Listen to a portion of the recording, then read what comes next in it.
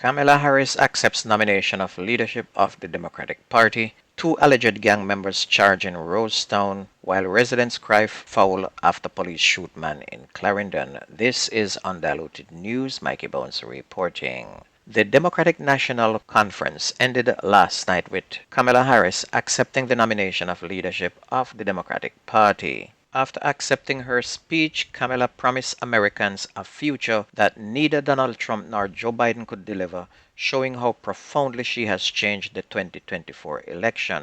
The first black woman to claim a major party nomination on Thursday styled her unlikely journey to the Democratic nod as the springboard to lift the country to a new place after years being torn apart by its bitter divides. Here is Kamala. And let me say, I know there are people of various political views watching tonight, and I want you to know, I promise to be a president for all Americans. You can always trust me to put country above party and self, to hold sacred America's fundamental principles, from the rule of law to free and fair elections, to the peaceful transfer of power. I will be a president who unites us around our highest aspirations, a president who leads and listens, who is realistic, practical, and has common sense, and always fights for the American people. Vice President Kamala Harris and soon-to-be President of the United States. Education Minister Flavell Williams is defending the move by the government to employ teachers from other countries in Jamaica. The ministry has stated that due to a shortage of teachers in some areas, it would be sourcing educators from several countries to fill the gaps. Mrs. Williams said the move is not a new one, as over the years teachers have been brought in to provide instruction in particular subject areas. But she explained that the sector will not be flooded with foreign teachers. She said she's just bringing in enough to fill certain positions.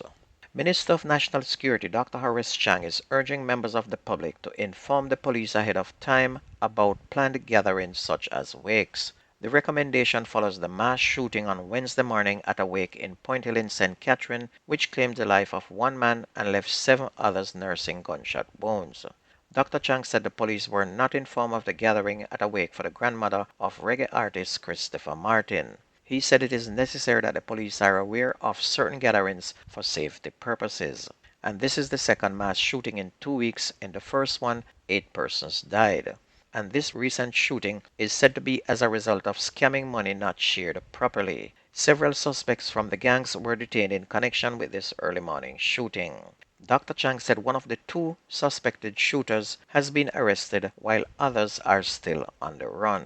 Meanwhile, the Kingston Western Police have laid charges against 2 alleged members of a gang based in Rosetown. The men were charged on Wednesday in connection with a shooting which occurred in the community last week. Those charged are Keon Campbell, otherwise called Wicked, a 35-year-old auto electrician of Independence City in Portmore, St. Catherine, and 28-year-old David Simmons, otherwise called Troy, a resident of Tiwari Crescent in Rosetown.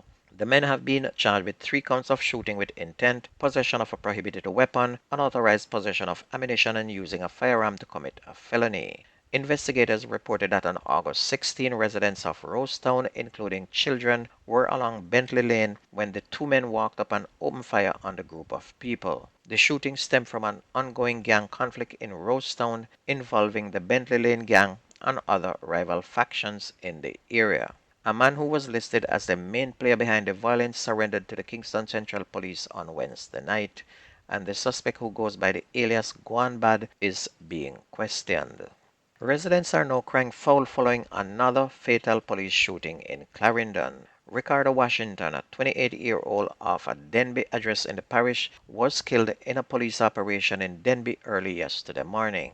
Reports are that about 5:40 a.m., a team went to a house in search of a murder suspect. The police said upon entering the premises, a man ran from the direction of the house.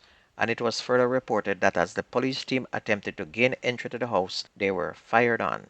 The police returned fire, after which Washington was found inside the house suffering from gunshot wounds. He was transported to hospital where he was pronounced dead. Police said a 9mm firearm was recovered, but residents are disputing the report of a shootout. Claimed that the police kicked off the door to the house and put him on his knees and then executed him. The incident has now been reported to the Independent Commission of Investigations, INDECOM.